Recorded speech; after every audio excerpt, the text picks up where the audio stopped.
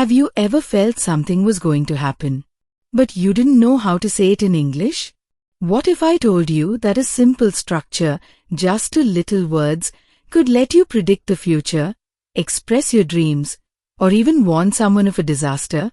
In a small village in Odisha, a man named Ravi saw a cloud forming in the sky and whispered, "It's going to rain." But what made him so sure? Let me take you back into his life.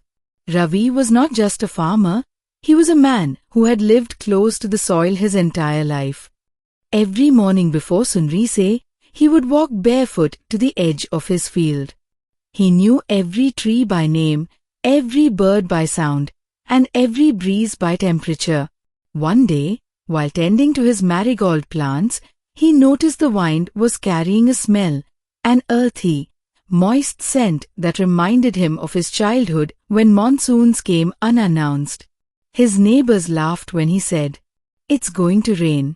But by evening, as the clouds gathered and the thunder rolled in from the horizon, they realized Ravi wasn't guessing, he was observing.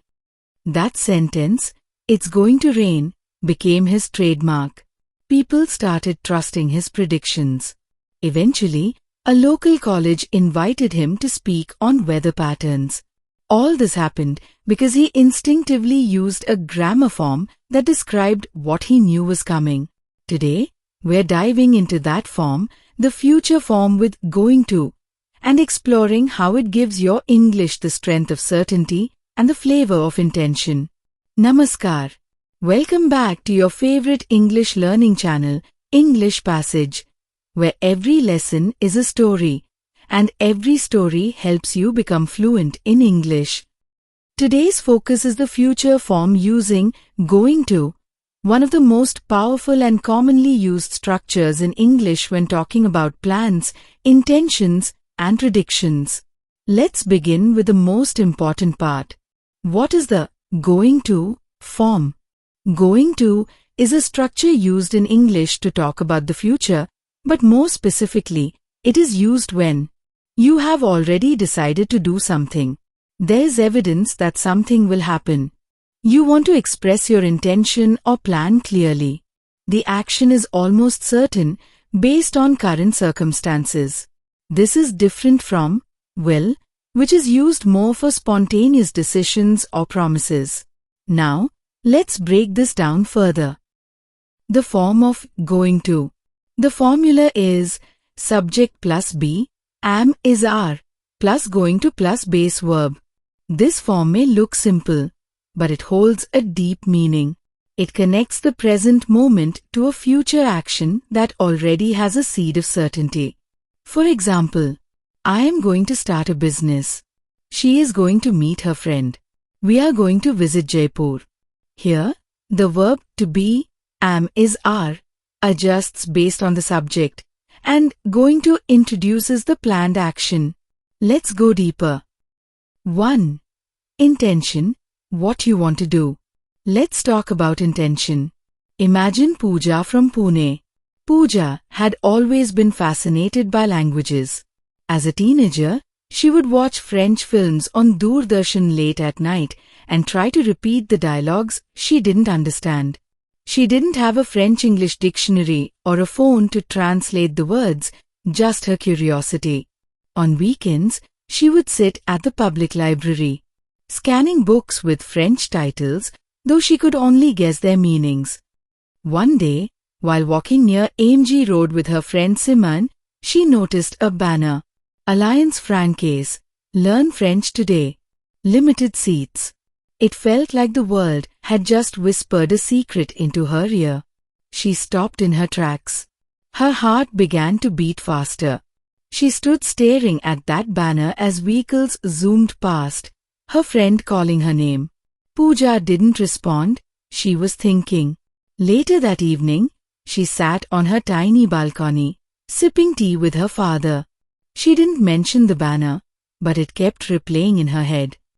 That night, as the rain tapped softly on the window, Pooja stood in front of the mirror and said aloud, "I am going to learn French." She said it not once, but 3 times, as though she was signing an invisible contract with herself. The next morning, She took her cycle, rode 5 kilometers to the Alliance Francaise Center, and filled the registration form with trembling fingers. That moment wasn't just about joining a class. It was about giving life to an intention that had lived silently inside her for years. So, remember, when a thought becomes a deep desire and transforms into a personal promise, that's when you use going to. It's the grammar of purpose. It's your first step into the future, spoken out loud. 2. Plan what you have arranged or prepared. Now, meet Deepak and Shalini from Bhopal. They had been married for 5 years and often sat together on their rooftop discussing their dreams. Most of these dreams were about living in a bustling city, a place with tall buildings, glowing office towers, and open opportunities. Deepak, who worked as a graphic designer, often said, "I feel like my skills are trapped here." Shalini, a software tester, nodded, "We are meant for something more." One humid evening, while Deepak was fixing a ceiling fan, his phone rang. It was his cousin from Bengaluru. "There's an opening at our startup," he said. "We need a designer and a QA tester. Come together. We'll support you." That moment was electric. Shalini and Deepak barely slept that night. They opened their laptops, started checking apartments, metro routes, and school ratings. Within 3 days, they had shortlisted 3 flats, submitted their resignations, and called their parents with the big news. Their bags were pulled out of the attic and filled with documents and clothes. The following weekend, Shalini met her college friend Nidhi, who asked, "What's going on?" Shalini smiled, not the usual smile, but the kind that comes from clarity, and said, "We are going to move to Bengaluru next month." This wasn't a passing desire. This was a plan that had grown from a seed to a full-grown tree, rooted in action. When you have made arrangements, researched your steps, and taken action, you're not just intending, you're planning. And going to gives your plan a firm voice in English. This is a plan, not just an intention, but a structured set of actions. That's where going to shows its second strength. It gives your plan a grammatical home. 3. Prediction based on present situation. Let's revisit Ravi from our opening. That morning, Ravi wasn't being dramatic. As the sun began to rise behind the sal trees, Ravi walked barefoot through the dew-covered grass. The village of Birpada was still asleep, but Ravi was already inspecting his fields. He noticed the cows were unusually restless, sniffing the air and shifting their weight from one leg to another. Then he saw something peculiar, a long line of ants crawling up the neem tree beside his house. Ants going upward, he remembered from his grandfather's teachings, was a sign of rain. The eastern wind, usually cool and sharp, now felt dense and heavy. There was no bird song. Not a single crow cawed. Silence sat in the village like an invisible cloud. He turned to his son Arun, who was getting ready to cycle to the weekly town market. Ravi gently placed a hand on his shoulder and said, "Don't go to the town today. It's going to rain." Arun looked at the sky. It was still blue. He hesitated but nodded. A few hours later, dark clouds rolled in like angry waves. Lightning flashed, thunder cracked the skies, and the first drops hit the thatched roofs like bullets. By noon, the village was flooded. The bridge to the town was underwater. The villagers came to Ravi's doorstep. "How did you know?" they asked. Ravi simply smiled. "Nature speaks to us. You just have to listen. This is a prediction, but not based on imagination, based on evidence. When you observe something real in the present and use that information to talk about what's going to happen, you are making a logical prediction. When you see a girl yawning during class, you might say, she's going to fall asleep. When you see the power flickering, you might say, the electricity is going to go. It's your eyes giving information to your brain and your grammar giving it a voice. Going to is more than grammar. It is your connection between now and then. It shows that you thought about something, believe in something, are acting on something. That's why job interviews, public speeches, and personal diaries often use it. Because it's the language of clarity. Instead of saying, maybe I will join a gym, you say, I'm going to join a gym. That single change makes you sound committed, confident, and future-focused. Let's master this. Affirmative. I am going to start meditation. Negative. He is not going to watch the match. Question. Are they going to visit their grandmother? Use these in your own context.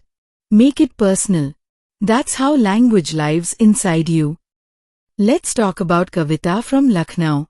Kavita was a quiet child, but her silence was filled with melody. Her parents owned a small tea stall just outside Charbagh railway station.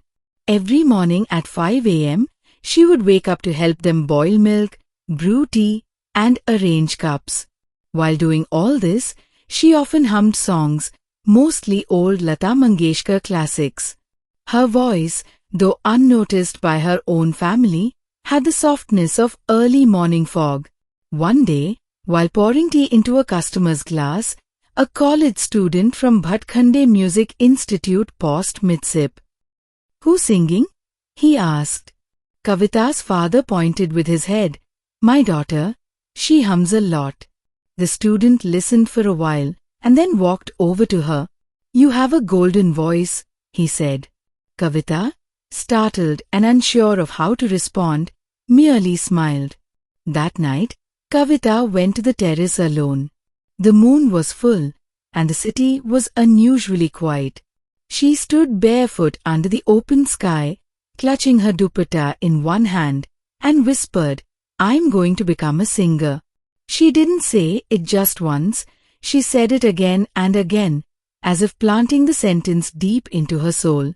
From that day onward, she began recording herself singing using an old mobile phone. She uploaded her recordings on a public library computer. Weeks later, one of her songs got shared in a WhatsApp group of aspiring musicians. Then came the call from Delhi, a music teacher who said, pack your bags. You're going to be trained. When she told her mother, I'm going to Delhi to learn music, it was not a dream anymore. It was reality wrapped in determination, tied with a ribbon of going to. It wasn't luck, it was intention plus action. And every step was framed by going to. Use going to express something you already decided. Use it when you made a plan. Use it when current evidence suggests something. It shows clarity, intention, and near certainty. Structure. Subject plus am is our plus going to plus base verb. Before I go, let me tell you one last thing. Last week, I received a message from Meena in Chennai. She wrote, Sir, I watch your videos daily. I take notes. I repeat your stories to my younger brother. And today, I want to say something. I'm going to speak English fluently before my birthday. That sentence gave me goosebumps. Not because of the grammar, but because of the courage. So today, ask yourself, what are you going to do? Are you going to give up? Or are you going to rise? Say it. Believe it. Use it. Thank you for joining me today on English Passage. I hope this story made grammar easier and the future brighter. Keep listening. Keep learning. Keep growing. Because here, stories guide your English. And English guides your future. This is English Passage. And I'm going to see you again tomorrow. Jai Hind. Vande Matram.